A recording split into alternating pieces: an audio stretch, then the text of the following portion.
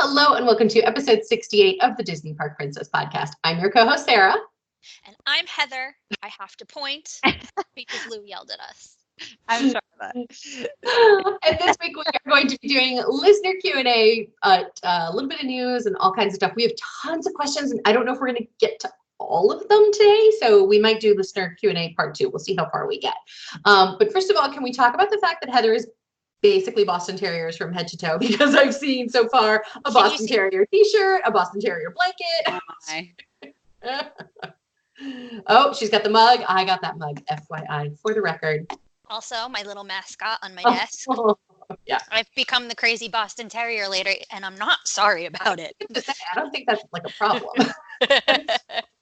Anything wrong with that at all. So I just had to remark because you sat down and I saw the t-shirt and then you got up at one point with the blanket on and I was like, oh, it's a thing today. It's all I have left, people. It's all I have left.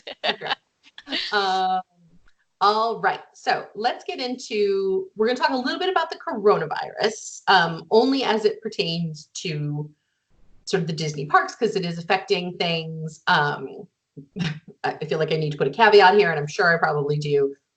This is not medical information. For medical information, please consult your physician. We are not doctors. We are not scientists. We don't know what we're talking about from a scientific perspective. This is just how it is affecting the Disney parks. So, but we are travel agents, and we do know that the Disney parks are closed in China. Yeah. Are all of them just Hong Kong? No, Shanghai was closed first for about a week. Right. Okay. All right. So Shanghai closed, and now Hong Kong is closed.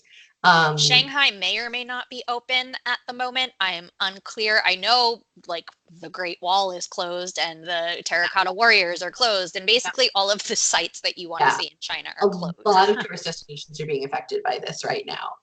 So if you are planning a trip to one of the Asian parks, your mileage may vary. Please check park hours, check and make sure, use common sense, precautions, talk to your doctor, talk to your whatever. There is now also, I believe, a confirmed case in Orange County, which is where Disneyland is located. So it is not affecting operations at Disneyland as of right now. However, guests are reporting that you will see a lot of people walking around in sort of the hospital masks, which yes, understandable. Also, I'm going to Disneyland tonight, so let's hope that I am fine and I don't get ill, people. Okay, but if you wear a mask, I want a picture. I'm going to be wearing a headlamp. Don't worry, there's going to be video. A headlamp? Oh, you're doing that scavenger hunt thingy. Oh, yeah. That's right. Okay, all right. So, I want to hear a full report on this. More to come. Yeah, I'm gonna want details on that. That's exciting. Okay, and also all of the noodles and dumplings if you get anywhere near the Lunar New Year stuff. Oh, that's why we're going early, is because okay. All right. I'm going to eat all the food. Fantastic. All right, so let's get into our first question. I'm going to read this one and let you guys answer it because this is sort of more in your wheelhouse. And I know you will both have a list. I also will say that for a lot of these questions, we actually have blog posts that answer these questions. So your first resource in between listener Q&A episodes should always be www.disneyparkprincess.com. If you go there and type in your keyword, chances are good that a blog post is going to pop up. So, for example, this first question. Hi, ladies. What are your favorite lounges at Disney World? On our upcoming trip, we plan to visit the Nomad Lounge before dinner at Tiffin's and check out Enchanted Rose during our resort day at the Grand Floridian. Do you have any other favorite lounges at the parks and resorts that you'd recommend? Thanks, Megan. All right, go ahead. Well, Megan, you already mentioned our first favorite, which is the Nomad Lounge. Love that one. Mm-hmm. I went to Enchanted Rose, did not get a drink there because it was early in the day and I don't believe they were really open too much. But maybe Sara and I will go there in I hope so. a few weeks. I want to go. Yeah. And it's really pretty though. Let's see, what else do I love? I really like the one at the Wilderness Lodge that is connected to Artist Point. Yes. I always forget the name of it. Territory Lounge. Yes, beautiful in there. I really like that one. There's a great mural on the ceiling. It's a really pretty lounge. That's one of my favorites. All right, Heather, I know I can see you ready to go. Just go read my blog post. I say all my favorites. I love the Bellevue Lounge over at the boardwalk. It's kind of hidden. also downstairs, the Abracadabra is a lot of fun too, but I prefer the Bellevue Lounge because it's just, you can kind of tuck into a little couch, play a board game, and relax. I love Tutto Gusto in the Italy Pavilion at Epcot, especially if you can get a little lounge or couch by the fireplace.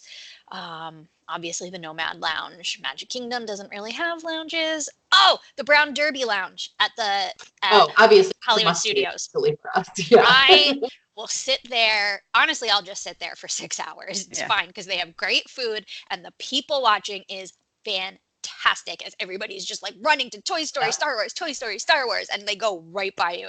I love it.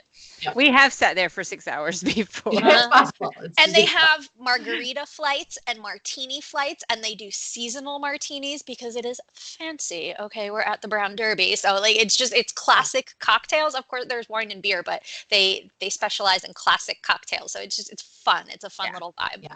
So the other one that I love that neither of you mentioned, and I'm surprised, is the lounge at Ale and Compass at Disney's Yacht Club. That was fun when we went there. I love that lounge. It is, very small, very intimate. It's painted navy blue, so of course I love it. There's a fireplace, and if you can get there, they have like a little setup with like a sofa and a couple chairs right in front of the fireplace. And if you can get that spot in front of the fireplace, grab a cocktail and the Parker House rolls. The bread. Okay. What else did we have when we went? I feel like we had so like many things. We had like 7 things on the table. I feel like we only had the rolls. That's all I remember was the rolls. It was so good. Everything was really good. I think the meatballs were fantastic. I mean, there was like a lot of really good. Yeah, we had a dip. There was a dip that we did. Yeah. So the Parker House rolls, people say all the time, but they're rolls. You get rolls for free with dinner. It's not about the rolls. It's about the butters and the sides, the little bits. Yeah. That's I my also really like, there's a lounge at Animal Kingdom Lodge that's on like kind of the mezzanine floor between the lobby and down Victoria to Deco. Victoria Falls. Yeah. I love that one. I like that one too because it's open air. It's got kind of like the waterfall coming down from there's a waterfall wall, I guess, right? That's how you describe it. And then you overlook onto Boma. So it's loud, it's out in the open, but it's also intimate. It's a lot of fun. Yeah, that's a great one. All right, moving on. So hopefully, Megan, that answers your question. Thank you for sending it in. Next up, hi, ladies. I love your podcast, and I'm a proud Patreon supporter. Yay, thank you. My mother, who's 83, and my sisters and I, all well into our 50s, are going on our annual Disney Girls trip a bit later this year. We'll be there for Flower and Garden Festival for the first time and wanted to know if you have any suggestions or recommendations. Okay, so she has more questions. This is Cindy, by the way. She has more questions, but we'll stop there and we'll answer the rest later. Okay. Flower and Garden suggestions or recommendations? Well, here's what I think. At Flower and Garden, for me, this is overlooked, and they don't do them as in depth as they used to, but they offer little workshops, and some of them are free. Like I stumbled upon one where I made they called them seed balls, where you basically created your own little seed pack, and you got to bring them home, and you got to plant wildflowers. And they have seminars and talks by different gardeners. So get a schedule and go to those because most of them are free. They're really overlooked. And it's a lot of good information coming from somebody who doesn't garden. I've kept exactly one plant alive my entire life and it's on its last legs. But for me, it's interesting and it's a lot of fun. Yeah, I have a black thumb too. And I think that's what appeals to me about the Flower and Garden Festival is they get to enjoy all the beautiful flowers without having to take care of all the beautiful flowers. Exactly. And inevitably kill them. The seminars are great. I love all of the different topiaries. Like you really kind of don't realize exactly how intense the change is with the foliage and the flowers in the topiary. Like in every single country, they update every single flower bed and it is amazing. So I'm always a big proponent of wandering through the World Showcase, but even more so during Flower and Garden because there are some really, really beautiful displays in every country. And stop into the festival center too. I don't know where the festival centers are anymore since Wonders of Life closed. But stop into the festival center because they have Disney gardeners, gardening clubs from around Florida. If you have questions about plants that you can't quite figure out how to grow, they're there to answer for you. They also always I come home with a stack of papers this thick because they have little flyers, like they teach you how to do the floating gardens that you see in the Epcot Lagoon and things like that. I've never built them because again, I don't garden, but makes me ambitious, and I really think about it for a while. Right, don't you come home thinking, I could maybe do, no, you couldn't. Totally. Yeah. I haven't yet, but one day. My favorite thing at Flower and Garden Festival is the butterfly pavilion. Yes. And it's not just about the butterflies, because they're really, I mean, it's really fun and it's really nice to see butterflies around. But they have little fairy houses and little just hidden gems throughout the gardens in there that if you take some time to just look around, I mean, go through and look at the butterflies, but take some time to look in the gardens, and you'll see some really cute stuff that they've put in. And I really like that. They do such a good job. The festivals, as everybody knows, we have sort of slightly mixed feelings on the festivals. I like the festivals, but I wish they would stop making them year long. But I will say my favorite thing about the festivals is Disney's already incredible with details. And then you add a festival and they just take the details so many notches up. It's really amazing. Yeah. All right. Her next question is, we also want to ride Rise of the Resistance. Me too. And understand we need to be in Hollywood Studios when it opens to join a boarding group. My question, do we each need to join separately, or can one person do it for the group, 3 people? I'd love to hear tips on how to maximize our chances of riding, and our trip also coincides with the opening of Mickey and Minnie's Runaway Railway. Thank you for any help you can offer, and thank you for your fun and informative podcast. Kind regards, Sydney. Okay, so we have not ridden Rise of the Resistance yet. Sharla and I are going to try next month. You will wake up early. I will. I realize I may have to wake up early every morning. More than one morning. Yeah.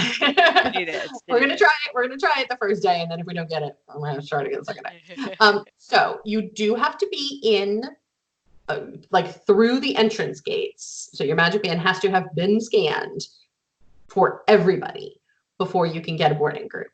One person can get it for your entire group. But really, for your best chances, all of you should be trying. Yeah, mix and match, because then what if you can ride 3 or 4 times? That would be awesome.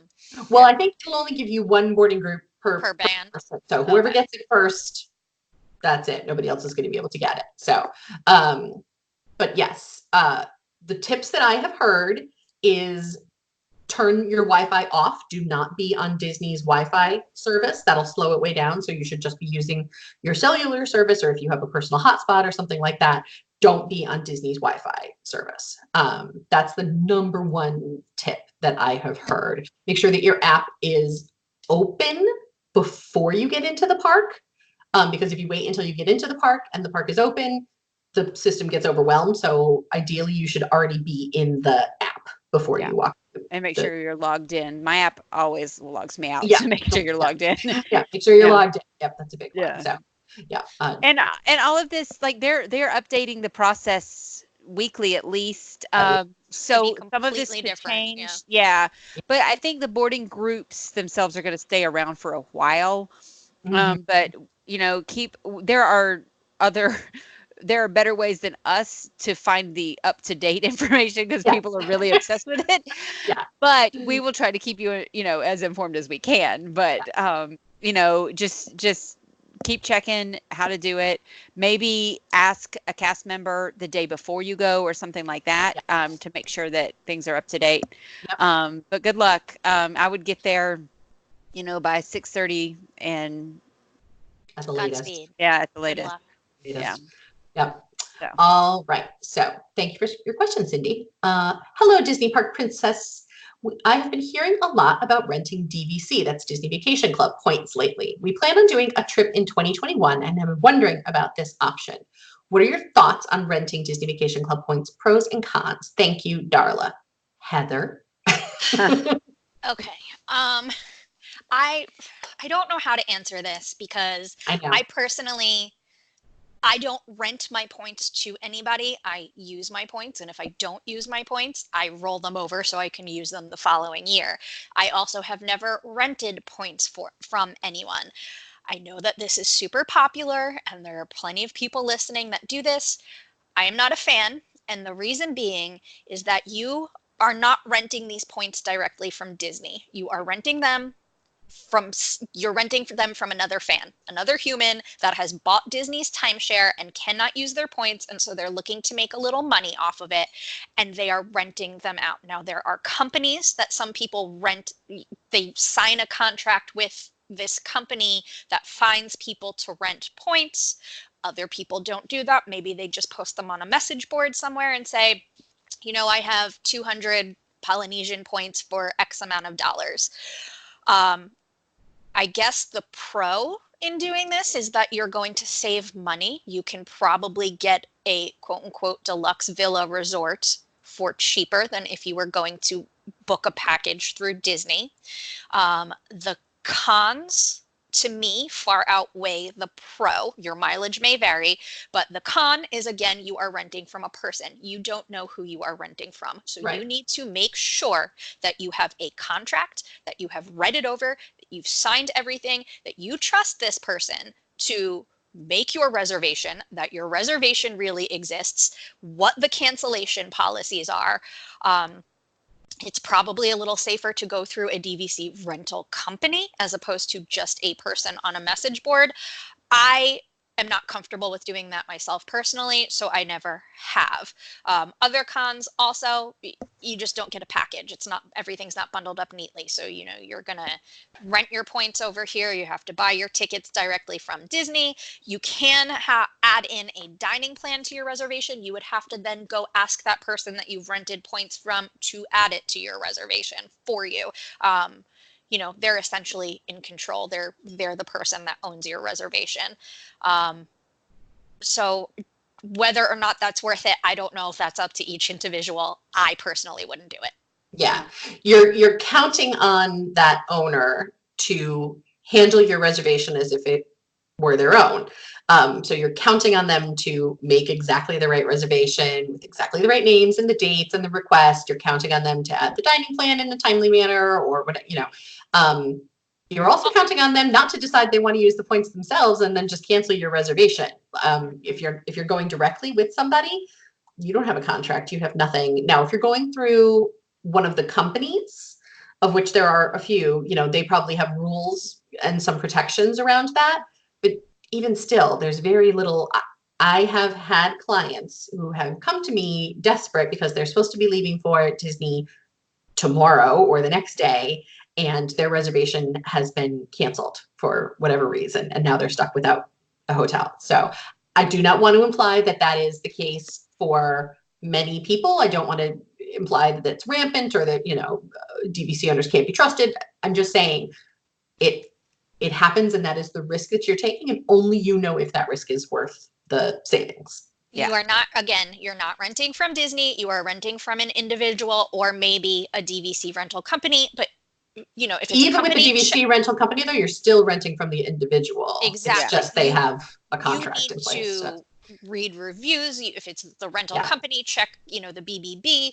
You really have to be careful and protect yourself there. And then also, I don't know if people are aware of this or not, but I'm going to say it anyway. When you rent DVC points or you book through DVC yourself, like I would, you're not eligible for any discounts that Disney puts out. So if you see a free dining promotion or 40% off the Riviera Resort, you're not getting those discounts. So you can't go back in then and adjust what you've paid if you're renting points. So that's just something to keep in mind as well.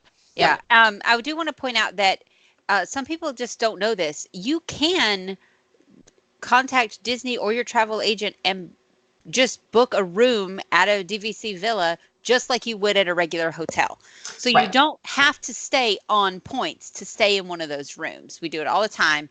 All you have to do is pay the money that they charge, and you don't pay with points. So you can actually do that if you want to do it. Yes, maybe points will save you some money, but there are some risks. So if you want to stay in one, price it out. See what you can do. Yeah. Yeah, especially when there's good hotel discounts. A lot of the times they are available on the deluxe villa resorts, and you can sometimes get a rate that's close to what you might pay with renting points. So you never know. Yeah. All right. So next up is a question from Lisa. Oh, no, I'm sorry. I'm skipping one. Nicole. I'm sorry. I'm skipping one. Nicole. What? I'm all over this one. I'm excited. Go ahead. All over the one from Nicole. Okay. So Nicole says, now I know we're only allowed to stay at the Grand Californian. That's not true. We never said that. That's not true. But should we visit Disneyland? But for the sake of argument and my pocketbook, what off-site hotel would you recommend? We usually stay at deluxe resorts at the World and would want to stay somewhere similar. From Nicole. I know. I already know Heather's answer to this. Go ahead. Nicole, I can appreciate it because Disneyland is really freaking expensive. I get that. However, if you want to stay somewhere that is the equivalent of the beach club, the yacht club, the boardwalk, the Polynesian, you have to stay at a Disney resort. There is no Good Neighbor hotel that is the equivalent of a Disney deluxe resort. So you can look at it that you're going to go and stay with the Disney service and quality you know, or you're going to go and save some money. Whichever option that works for you, that's great. You're not going to have a bad time. But the Good Neighbor hotels are very much motels. They are not resorts. They are not big fancy beach resorts. The majority of them are motels that were built in the 50s and 60s and have been renovated over the years. Not all of them, but a lot of them have pools that are in the middle of a parking lot with a fence around it. So if you're going if you're going to look for a resort and you want to feel like you're on vacation and you want somewhere that has grounds where you can relax, that maybe has several restaurants, lounges, beautifully themed pools that you're used to, one of the 3 Disney hotels is where you need to stay. You will pay a pretty penny for them, but you're going to get that level of quality you're used to. Yeah. But if you were, just say, they're all sold out for her dates. I have 2 of them. I have 2. There is the Anaheim Majestic Garden Inn. Yep. It is beautiful. It looks like a little, I don't want to say a castle, but like a cottage manor. Yeah. They're beautiful, beautiful rooms. It's really nice. However, it is over a half a mile away from the parks. So you have to take a shuttle to get there. So again, beautiful hotel, but you're trading the proximity. Right. Or right across the street from the parks, I love the Fairfield Inn. Anaheim. You can walk to the parks from here, which is nice. It's not as close as the Disney resorts. I think that's a misnomer that people think that most of the Good Neighbors are actually closer than the Disney hotels, and they are not. Maybe 1 or 2 is closer than Paradise Pier, but the Fairfield Inn is really nice. It's been recently redone. The rooms are really clean, but again, it is not the same. They don't have a sit-down restaurant. They don't have these beautiful grounds. They have a food court with like a Pizza Hut in it and everything, which is fine. There's nothing wrong with that. I love myself a Pizza Hut, but it's not the same thing that you're going to expect. Yeah. There is no equivalent of a Disney deluxe resort in a Good Neighbor hotel. Yeah. Yep. Fair enough. All right. So next up, this question is from Lisa. Hello, we are a multi-generational family going to Walt Disney World in November, trying to decide on the best resort for the group. Grandma, mom, dad, and 10-year-old child. We have traditionally done 2 connecting rooms, but I was wondering what options there are for larger rooms that won't break the bank. Not going to be in a room a lot as it is a shorter trip, but need a little elbow room. Multiple options for transportation is preferred. Thanks, Lisa. Okay, so Lisa, this is a perfect example. I've written an entire article on tips for multi-generational trips to Walt Disney World. It's on our blog. You can check it out. But to answer your question, you would probably be looking at either a family suite at one of the value resorts, so Art of Animation or All-Star Music. You could potentially look at, there are some rooms at Coronado Springs that are larger. They have, I think, is there a deluxe room, and then there's some suite towers. Yeah, they have the 1-bedroom Casita suite, the Casita's executive suite. They have the presidential suites now in the tower. Those are fantastic for space, but not for price. Not for price. Yeah. They are very and I think that's the thing too, is like a lot of the rooms, like the deluxe villa resorts, again, like Sharla mentioned, you can stay there. You can pay, book your trip through Disney or your travel agent and stay there. And you can get a 1-bedroom villa with a full kitchen, a 2-bedroom villa with a full kitchen. You can have a 3-bedroom villa if they're available. But they're not cheap, Not cheap. Yeah. So in terms of not breaking the bank, it's probably a family suite at Art of Animation or All-Star Music is going to be your best bet. But you can get 2 connecting rooms at a value for less than 1 family suite at All-Star Music or Art of Animation. So also the family suites too for multi-generational, check the bedding configuration and make sure that works for you. They're a family suite, but they're still not, if you have 5 or 6 adults, it becomes not that spacious. There's 1 bedroom, and then there's, the pull-out bed from the wall and the sleeper sofa and 1 tiny little like twin-size pull-out chair. So it may not be the best choice for multiple adults, I think. Yeah. Yep. I would agree. If you're looking, however, the one the one room that is a good value that I think sometimes gets overlooked are the deluxe rooms at the deluxe resorts. So those are rooms they're not a suite, so they're not as expensive as a suite or a villa, but they are bigger and they can sleep up to 5 or 6 adults depending on the resort. So also, what about the cabins? Oh, that's a good The option. cabins I mean, depending on how little the children are, they have the 10, bunk beds the and 10-year-old. oh, Yeah, well, it's only that's one perfect. kid. It's 3 Who adults. doesn't want a with bunk bed? I still want a bunk bed. kid. But mom and dad and the 10-year-old can sleep in the bedroom with the bunk beds, and then grandma and grandpa can be out in the living room on the sleeper sofa, and there you go. You still have a full kitchen. Yep. It is a shorter trip though, so I guess my only hesitation with that is that with Fort Wilderness, it's so big. You spend a lot of time sort of toing and froing. So that might be the only reason I wouldn't necessarily recommend it for a shorter trip, but it just depends. Every family is different. Every family has different sort of priorities about where they want to spend their time and how they want to spend their time. So any one of these could be an option for you. You just never know. All right. So next up is Carrie. Hi, ladies. This coming April, my family and I will be traveling to Walt Disney World together. In all, there will be 6 adults and 1 2-year-old. My question for you is, how does rider swap work? Everything I've read makes it sound like this is only for families with 2 children, one who can ride and one who doesn't meet the height requirements. There are so many rides that my little isn't able to do, but that we'd all like to experience at one time or another. Thanks for all you do. Sincerely, Carrie. All right, Sharla, why don't you take that one since you're not one with a little anymore? Well, okay. First of all, Carrie, you could, instead of using rider swap, you could just use fast pass. And like say you all get a fast pass between 1 and 2 p.m. So 2 of you go, and then, or 3 of you go, whatever, and then when they get off, the next group can go, and then just take turns watching the child. So that's one thing that works. But you can use rider swap. What you need to do is, at any attraction, you go to the cast member out front and say, "Hey, we'd like to use rider swap." Then the people who ride first will go through the line, and they will hand you a little card. When those people get off the attraction, then the next group can go through the fast pass queue.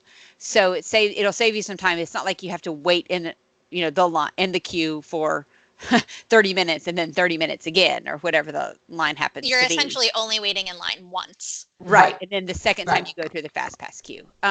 So use fast pass to your advantage, but if that doesn't work, or you can't get one or something like that, then only one set needs to wait. But make sure you talk to the cast member at the front before they set into the line, because you don't want them to get off and be like, "Oops, we forgot to ask." So also, the times that I've used fast or rider switch, the cast member asks to see the whole, where is your whole party? Like, they want to see you all standing there with the child. Yeah, you all need to be together when you go up and say, we want to do rider switch. I feel like rider switch is like the best kept secret at Disney World. Nobody ever knows about it, and when you do, it's like this. There's so many questions about it. But it's a really good option for someone who doesn't want to ride or can't ride because they're not tall enough or something like that. But they do give you, with the little paper that they give you allowing you to come back, you can take more guests with you. So if some of your guests really love it and want to ride it again, that's where the older child thing comes in. Up 6 in your party, your rider switch pass is going to be for 6 people, or I guess 7 people. No, it'll be for 6 people. So you can ride up to 6 people at any given time. So if 3 people ride it the first time and 3 sit back, you know what I mean? Like, really only one person has to sit off the entire time. You can go up to 6 people each trip. Right. Exactly. Right. So it is important to note that rider switch is not intended to be a replacement for fast pass. And so that's why they want to see the child, not Baby Yoda, your actual child. Fast pass is your first line of defense in this situation. So in an ideal world, you get a fast pass for everything. This is really only for rides in which you couldn't get a fast pass for, or fast pass is not available. So. Right. Exactly. Yeah. So, but I mean, and each ride is going to vary a little bit too. I mean, there's going to be a kind of standards, but just go up to the cast member at the front. There's always a greeter at the front of the ride. Yep. They will know what to do for every single ride. And if it varies a little bit from ride to ride, that's because of the nature of that particular boarding. But yeah, it's really easy to use. So yeah, agreed. Although I will say Universal does it better. Yeah, they do. Yeah. They do. Better. Okay. Amy Ware asks, this is from our group, I think. Okay, here's a fun one. What are some of your favorite non-alcoholic beverages that can be purchased with snack credits or as the drink included with quick service or sit-down meal on the dining plan?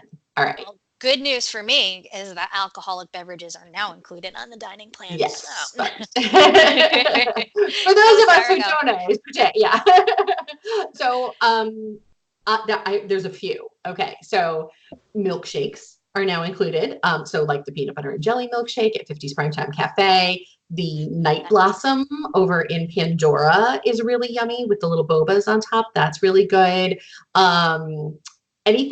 My favorite is anything with a light up clip-on that goes on the drink. So if something walks by me and there's a light up like lotus flower or a light up Tinkerbell, that's going to be what I want, Those are additional, by the way. Those are the little light up clips are not included in most of them.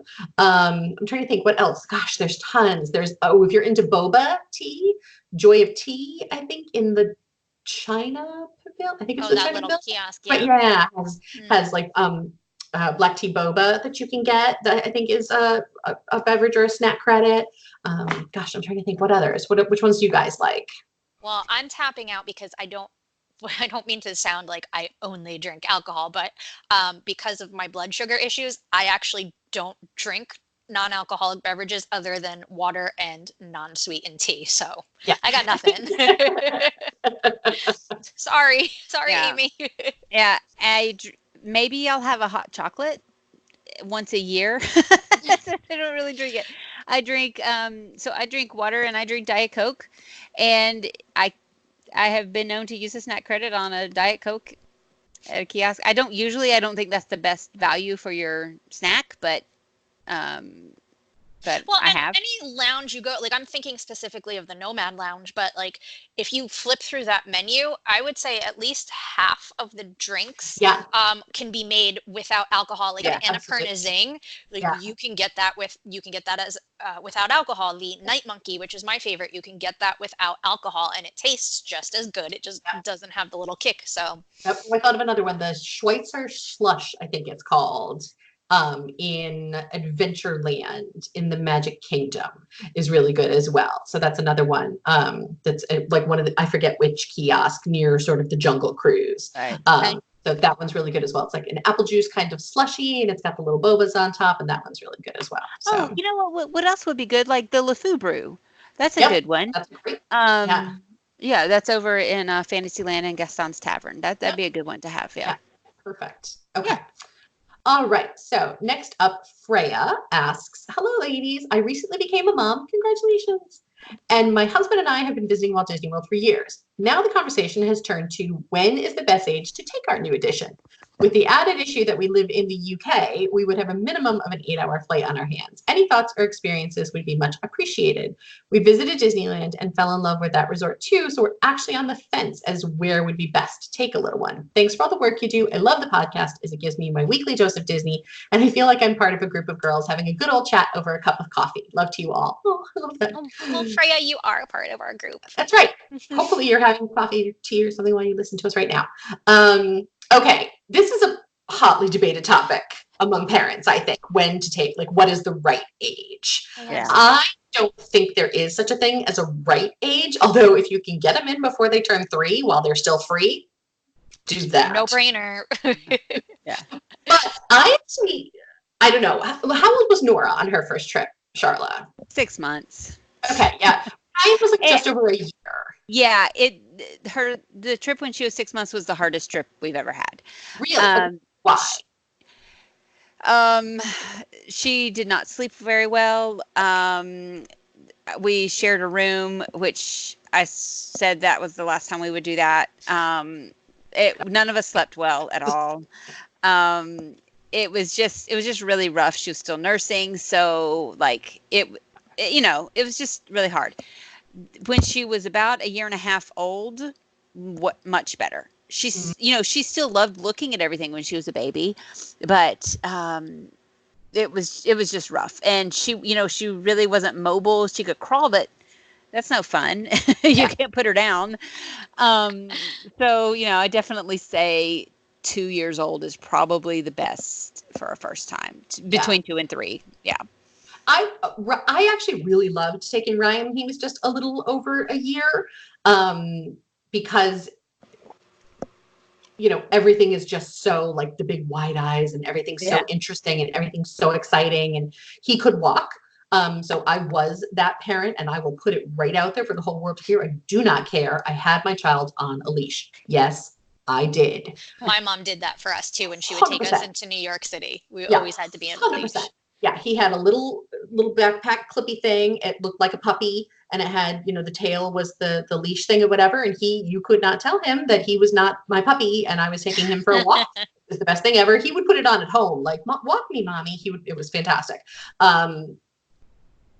There is a point at which they become more opinionated about what they will and won't do. And to me, I would rather take like a 15 to 18-month-old than I would rather take a 2.5-year-old, because by 2.5, they tend to be very opinionated.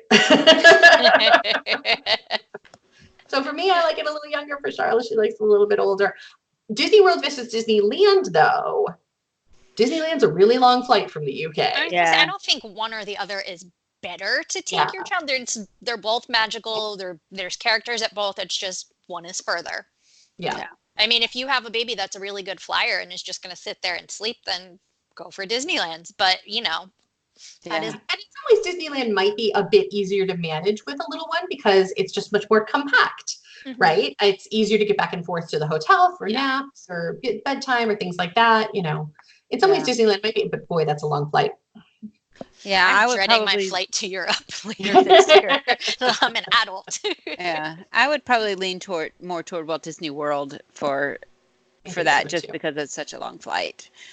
So a couple quick tips about traveling with a baby, though. This is just personal experience. This is not, try to keep to whatever your schedule at home was. So don't try to do wild swings of times with feedings or bedtimes or things like that. It's okay to get a little flexible. You're on vacation, but in general, most kids do a little bit better when they're on somewhat similar of a schedule.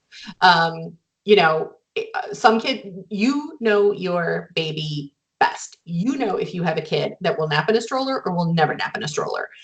You have to take those things into consideration. My kid would sleep anywhere as long as it was dark and slightly noisy. So we would get on Pirates of the Caribbean and he would fall asleep in the middle of the ride. Every time, or we could go to one of the movies. Canada was a very frequent napping spot for us. And I'm still so sad that Universe of Energy is gone, because that was the best nap ever for all of us. Yeah. I feel like that's all people did on that ride. It was just nap. Yep, exactly. So, your kid best is the bottom line. But, pay attention don't think that you're going to go on vacation and your kid is suddenly going to become a magically different child than they are. Because they're not. All right. So next up, we have Betsy. I can see, really, I can. Betsy Liebel, who says, back to Heather. All right. When is the best time to go to Aulani with DVC points? I'm nervous to plan a trip to Hawaii only 7 months out. Is it difficult to book a 1-bedroom unit for a week? And will airfare from Orlando be super expensive? Anytime is the best time to plan a trip to Aulani. Betsy, start planning. Seriously, Aulani it's busy, but it's not busy. I've booked a trip there 2 months out. I mean, there's not the amount of planning that goes into a Hawaii vacation that there is going into Walt Disney World. You don't have to plan your reservation 6 months out. You can if you want to, but if there's a really fancy restaurant that you just have to eat at, okay, fine. But Hawaii is super casual. You're just going to be eating at food trucks and little stands, and you don't have to worry about that. there's not much going on at Aulani that needs tons of planning. Like, you should register your children for the kids clubs in advance. And if you want a character breakfast, book that. Other than that, like, you can arrive and do all those things. So 7 months is more than enough time to plan your trip to Aulani. Using points, like I said, I planned 2 months out one time, going in the middle of May, and was put on a wait list for a 1-bedroom ocean view villa and got it the next day. So there's, I think the only time you would really have to worry the resorts sell out are like school holidays. I know President's Day, it's always sold out. Always, that whole week. It's just, I guess it's a big thing for kids on other islands in Hawaii. Their families go there. It's kind of like a little mini vacation for them. You know, probably over 4th of July. But I've been in May, I've been in September, I've been in November, and I've never had an issue. It's just, obviously, if you're going over a holiday week, it's going to be busier. So book as early as you can. Okay, good to know. I didn't even think about that, the sort of staycation aspect from other islands. So it's probably a good idea to check like the Hawaii school calendar. Absolutely. And they do a lot of discounts, like Hawaii resident discounts, to kind of, I mean, you know, if you live on the big islands and you want to go to Oahu, it's a 40-minute flight. So, you know, that's like the equivalent to us in the Northeast going down the shore. So that's where they go for the weekend. So check the Hawaii school calendars. As for flights from Orlando to Hawaii, I can't speak to that. They change daily. I went one time while I was living in Orlando, and I don't remember it being so obscenely expensive. But, you know, again, that'll depend on the time of year and when you book it. Yeah. I would set a Google flight tracker alert. You know, you can just go to google.com and type in, you know, MCO to, I don't remember the HNL is the code, I think, for you know, airport in Honolulu. And you can set an alert so that it'll notify you when the price goes up or down. And consider flying to Atlanta or something like that. I like a direct flight, but you know, if you can get to one that's so much cheaper, like Southwest goes from Atlanta to Honolulu now, and Southwest is real cheap to get to from MCO to Atlanta. So, you know, just you can't. I don't think you can set a Google flight tracker for that, but no, they have their own little Southwest. Southwest, but they have their own little thing. But just keep checking it. But it's a good way to. It's a good time to go anytime to Hawaii. I love Aulani. I do too. It's my favorite resort. It's the best resort I've ever stayed at. Yeah, got to get out there. All right. So we have a lot of questions still left. So I think we're going to do maybe one more today, and then we'll save the rest for next week. Does that sound okay with you guys? Sounds great. And I think the next one is a great one to end on. I didn't want to put that one off because it's a fun one. Yeah. All right. So we'll each get to answer this one. Okay. All right. So Deanne writes, if we could insert an animated Sara, Sharla, or Heather into any animated Disney movie, which movie would it be? All right. Who wants to go first?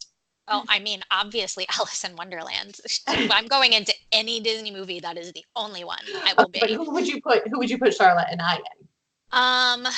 Oh gosh. I don't know. Those are the type of tough. I know who Sharla should be. What is the little guys, it's not really a movie. But I was gonna say Sharla should be in Chippendale Rescue Rangers. Gidget? What is her name? She's Gadget. Like, I can do it. I can fix it. Whatever. Gadget. That's funny. Oh gosh, Sara. I don't know. I feel like you need to be Belle just because you're always off eating. But I don't know. I kind of want you to be like Tinkerbell too, all sassy in the corner or something. Yeah, you can be Belle. Brave. No, you can't. Do you do archery, or is it just the hair? It's just the hair. I did do archery as a kid. I have done archery. I'll go take the archery class at Fort Wilderness. Oh, that would be so much fun. You should. Yeah. You should. All right. Sharla, how about you? Okay. I don't. I think we should all be in the Gnome-mobile because we love animated, right? No, but I'm going to say it anyway because this is my podcast, so I can do whatever I want to.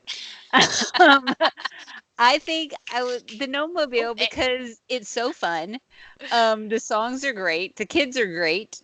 I love that. I love it. Still haven't seen it. You need to see it. I know. You I don't know have if that's no is that excuse. You Disney have Plus? Disney Plus now. Is it on It's Disney not Plus? on Disney Plus. Well, I own it because I Alright. do too, and I have it on the Plex. yeah. Okay. All right. So- We'll watch it next month. You can maybe watch Yeah, it next month. Yeah, it's so good. Okay, so animated. Let's be in Mary Poppins, in the animated part. Okay, I was about to say it's still I was not like, that there. is also not animated, but okay. There's a very good animated part, Yes. and they're in the countryside and they sing Supercalifragilisticexpialidocious and they do all that, and that's a very very fun part. We can be in the band behind them singing that. Can I just be Jane, because then I get to ride the carousel pony and have a lollipop, and that's But goals. that part's not animated. But it's in the animated section. Hey, she gets to do what she wants to too, Sharla. You're right. All right, deal. All right. If I could be in one, it would be Belle. Who are we kidding? It would 100% be Belle. Because that library. Oh my gosh. Oh my god, I probably would cry. The library alone, just yeah.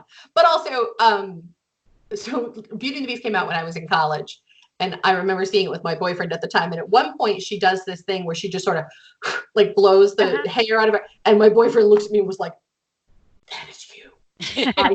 Because I used to have bangs. He was like, "I have seen you do that exact move a million times." Like, yeah. So that would be pretty funny. Heather, I know you love Alice in Wonderland, but my favorite version of Heather is Tinkerbell Heather. Because little and blonde, and you throw a heck of a temper tantrum. So yeah. Probably warranted. I don't know what you all did to piss me off, but I would definitely put you in Peter Pan. And Sharla, I actually would put you in Rapunzel. You don't have the hair for it, but Rapunzel is very crafty and very good at sort of like, DIY, and she paints and she does all this thing because she's up in her tower all the time and she has to live on her own. And that always reminds me of you. So I'll take it. When I first read this question, I was thinking we had to just be in a movie and not be the character. But I was like, well, I want to be Rapunzel, but I didn't realize we could pick a character for us too. So well, what if Yeah. the question, okay, so if we got to be a character, but now if we just got to go hang out, be ourselves, but go hang out in any Disney animated movie, like where would you hang out? Ooh. Well, that's why I picked the Gnome-mobile, because we would just hang out there. That's the Patreon extra. Okay. That's the Patreon extra. We're going to Alright, eat that question in the Patreon extra. Okay. So Alright, if fine. you need to answer that question, go to patreon.com/DisneyParkPrincess and subscribe. So that's perfect. That's exactly what we're going to talk about in the Patreon extra. Okay. So that is all that we have time for this week, but we have a whole slew of other questions that we will get to next week. We're going to copy and paste and just keep them, and we will pick up where we left off next week. So coming up next week, we have questions on Disney Cruise Line, Disney Cruise to Alaska. We have, Brittany sent in a lot of questions. So we have a lot. We've got a question. It's like a getting to know you. Yeah, I've got bucket list questions and lots of cruise questions next week, actually. So we will get to all of that next week. If you are not a Patreon subscriber, you could be, and you could be getting all of this extra bonus content that we do. All of our subscribers get access to the Patreon extra, which is the podcast bonus content that we record every single week. It's supposed to be about 5 minutes. It's usually longer. We just ramble a lot. And then if you are a $10 a month subscriber, you get an extra email every month, which are super secret VIP tips. And these are tips that we do not share in the podcast. We do not share on the blog. These are things that we are only sharing with you. So they are exclusive to our VIP members. And the next one comes out on February 1st. And we didn't forget, Heather wrote it, and we talked about it a little bit. It's ready to go. Last one is ready to go. It's scheduled to go out at 8 a.m. on Saturday. So still time to upgrade. If you're currently a $5 member, you can always upgrade to $10. If you're not supporting us at all, this podcast is free and it will remain free. But if you'd like to help us out, patreon.com/DisneyParkPrincess. Also, this podcast, if you are listening to us right now and not watching us, you could be watching us because the podcasts are now available on our YouTube channel. So go to YouTube, check us out. And then, of course, follow us on Instagram. Our Facebook group is so much fun. I love the people that are in our Facebook group. They're just great and engaged, and they ask lots of really funny questions, and they post things. And one of our members got to meet speaking of Belle, got to meet Paige O'Hara the other day, and she posted photos about it, which is so cool.